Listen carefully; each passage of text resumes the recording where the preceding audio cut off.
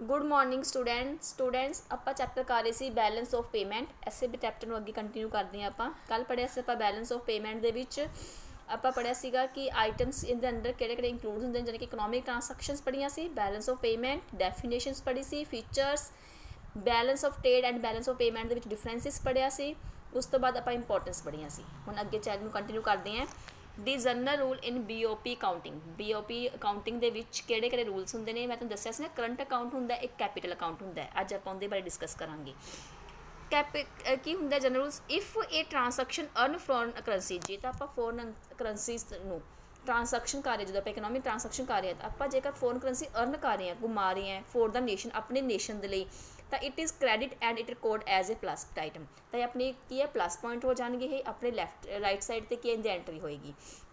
If A transaction involve spending of foreign currency, जेकर असी खर्च कर रहे हैं तो एक हो जाएगी माइनस हो जाएगी, तो ये डेप्ट वाली साइड पर आ जाएगी। मतलब कि डेप्ट मतलब आना, क्रेडिट मतलब जाना। ये गल तुहानूं मैं सारा कुछ समझाया सी कॉपीज़ से, ठीक है। उस तो बाद आ गया कंपोनेंट्स ने BOP के स्टेटमेंट के कई। एक करंट अकाउंट, कैपीटल अकाउंट, एक गल मैं तुहानूं क्लीयर करता सी। करंट अकाउंट की हुंदा है? करंट अकाउंट के अंडर तीन चीज़ां आ जांदियां सीगियां। की आ गया सीगा? विजिबल आइटम्स, इनविजिबल आइटम्स ते यूनिलेटेड आइटम्स। कैपीटल अकाउंट के अंदर की आ गया सी? कैपीटल एंट्रीज आ गए सी, जिहड़े कैपीटल प्रॉपर्टी नाल रिलेटेड आपां डील्स करते हैं, जिवें मशीनरी वगैरह, वो आपां डिस्कस करते हैं। एक हुंदा रिजर्व अकाउंट, एक हुंदा एरर एंड ओमिशनस, ठीक है। एरर एंड ओमिशन भी इंपॉर्टेंट पॉइंट है। करंट अकाउंट बैलेंस की है? BOP on current account is a statement of actual receipt. Current account का मतलब की होंगे कि जिन्नियां असी रिसिप्ट कर रहे हैं एंड पेमेंट कर रहे हैं इन ए शॉर्ट पीरियड, क्योंकि करंट अकाउंट दोवें एंट्री होंगे ना, रिसिप्ट दी भी होंगे ने ते पेमेंट दी भी होंगे ने। बार बार कह रही जी रिसिप्ट एंट्री होंगे ने वो राइट साइड पर होंगे ने, जो पेमेंट होंगे एंट्री होंगे ने वो लैफ्ट साइड पर होंगे ने। दूसरा पॉइंट है it include the value of export and import. जो असी एक्सपोर्ट कर रहे हैं तो इंपोर्ट कर रहे हैं, बोथ विजिबल भी तो इनविजिबल भी। विजिबल के इंपोर्ट एंड एक्सपोर्ट आ गया से फिजिकल गुड्स हो जाते हैं, इनविजिबल सर्विस आ जाती हैं, ठीक है। सर्विस मतलब जिवें आप शिप देनी अपनी किसी को किराए पर चलाने, कंपोनेंट्स अपनी शिप यूज़ कर रहे हैं, आप उन्होंने शिप वगैरह यूज़ कर रहे हैं, ठीक है। There can be either plus surplus और डेफिशिट इन करंट अकाउंट। ये अकाउंट के सरप्लस भी हो सकती है तो डेफिशिट भी हो सकती है, ठीक है। अपने एक्सपोर्ट इंपोर्ट वध भी सकते हैं तो घट भी सकते हैं। The current account include export and import of service, interest, profit, dividend and unilateral receipt and payment from to abroad. From मतलब आना, टू मतलब जाना, कन्फ्यूज नहीं होना। फ्रॉम रिसिप्ट मतलब आना सॉरी, फ्रॉम मतलब आना, पेमेंट मतलब जाना, clear. The BOP on current account refer to the inclusions of three balance of namely इहदे विच तीन चीज़ां आ जांदियां ने। एक कड़ी आ गया merchandise balance, service balance and unilateral transfers. ये कड़ियाँ हो गई, ये हो गया विजिबल आइटम्स, ये कड़ियाँ हो गया इनविजिबल आइटम्स, तो यूनिलेटरल ट्रांसफर कड़ियाँ होंदियां ने वन साइडेड गिफ्ट ग्रांट्स, जिहड़े तुहानूं मैं दस्से सी, ठीक है। अगे आ गया capital account balance. Capital account balance की हुंदा वै? इहदे विच रिकॉर्ड हुंदा ऑल इंटरनैशनल ट्रांसैक्शन, सारे जोड़े आप दूजे देशों के ट्रांसैक्शनस करते हैं that involve a resident of the country concern changing either his assets with for is ability of to a resident of another country.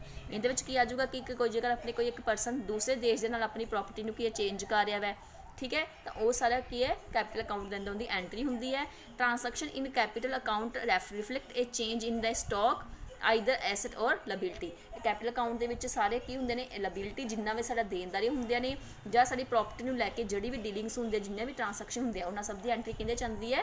Capital account के। इट इज़ डिफरेंस है रिसिप्ट एंड पेमेंट का। दी एक अगे the capital account involve inflow and outflow relating to investment. Investment related जिन्हें भी अपने inflow है आउटफ्लो है, जो फॉरनर अपने देश में पैसा इन्वेस्ट कर रहे हैं या आप फॉरनर के पैसा इन्वेस्ट कर रहे हैं, उन्होंने एंट्री की है इहदे विच पाई जाती है। शॉर्ट टर्म भी हो सकता है, ठीक है, मीडियम टर्म भी होंगे तो लॉन्ग टर्म भी होंगे। जोड़े आप इन्वेस्टमेंट करते हैं या पैसा लैंडिंग उधार लैना या उधार देना, ये शॉर्ट टर्म वास्ते भी होंगे ने, मीडियम टर्म वास्ते भी होंगे ने तो लॉन्ग टर्म वास्ते। ईजी है ना, दो ही तरह हो गया ना, कैपीटल अकाउंट से करंट अकाउंट से।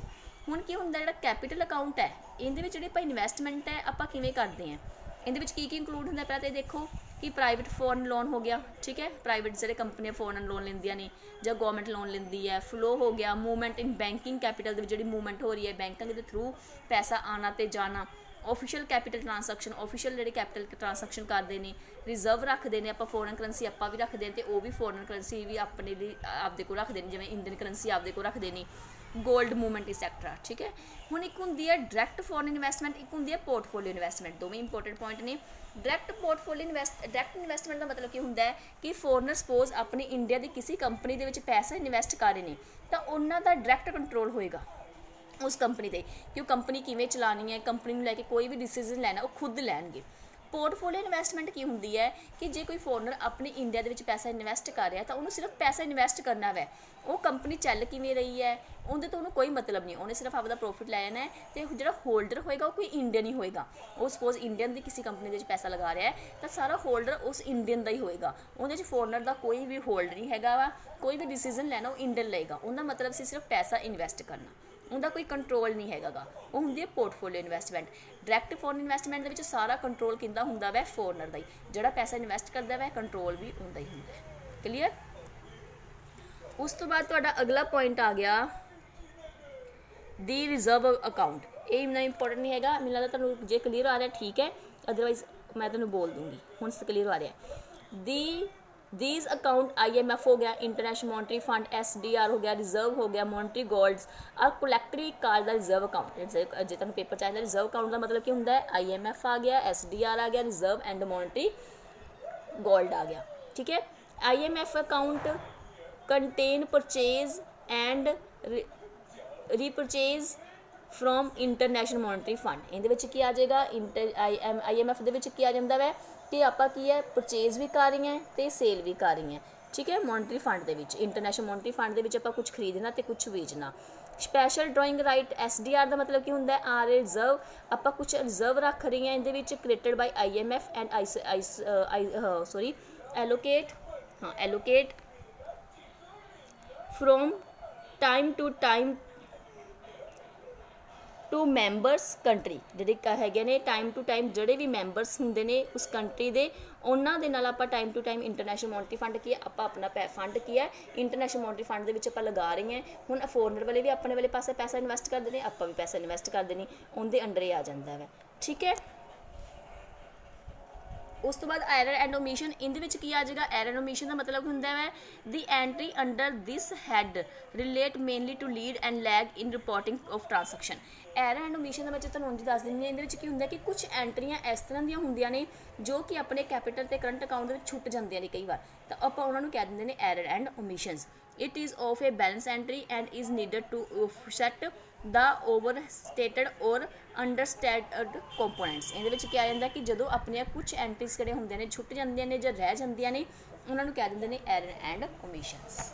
ਠੀਕ ਹੈ, ਇਹ ਸੀ। ਇਹਦੇ ਵਿੱਚ ਤੁਸੀਂ ਸਿਰਫ 3 ਹੀ ਪੁਆਇੰਟ ਕਰ ਲਓ, ਵੈਸੇ ਤੁਹਾਡੇ ਸਿਲੇਬਸ ਵਿੱਚ 3 ਹੀ ਪੁਆਇੰਟ ਹੋਣਗੇ, ਵੈਸੇ 2 ਹੀ ਹੁੰਦੇ ਨੇ, ਕੈਪੀਟਲ ਅਕਾਊਂਟ ਅਤੇ ਕਰੰਟ ਅਕਾਊਂਟ। ਇੱਕ ਤੀਸਰਾ ਹੁੰਦਾ ਐਰਰ ਐਂਡ ਓਮਿਸ਼ਨਸ। ਇਹ ਜਿਹੜਾ ਤੁਹਾਡਾ ਪੁਆਇੰਟ ਹੈ ਰਿਜ਼ਰਵ ਅਕਾਊਂਟ ਵਾਲਾ, ਇਹ ਪੁਆਇੰਟ ਤੁਸੀਂ ਛੱਡ ਦਿਓ।